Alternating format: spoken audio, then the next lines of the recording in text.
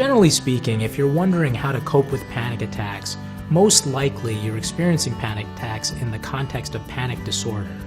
Panic disorder is having panic attacks, but then also being worried about having panic attacks and doing things to try to avoid situations that can lead to panic attacks, which makes sense, but these activities can interfere with day-to-day functioning.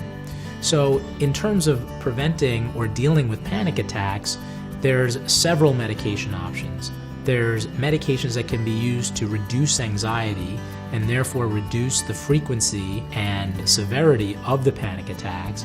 But then there are also medications that can be taken on the spot before or right when the panic attack begins. So it limits the severity and the duration of the panic attack, and therefore the individual is less concerned about having panic attacks because they know that they can be controlled. So what all this implies is that the best way to cope with panic attacks is to get an evaluation with a psychiatrist, get on effective medication, which can then be used to manage the initial panic attacks, and eventually the individual won't have panic attacks anymore because they'll know that they can control the panic attacks, and that knowledge by itself will help them control them.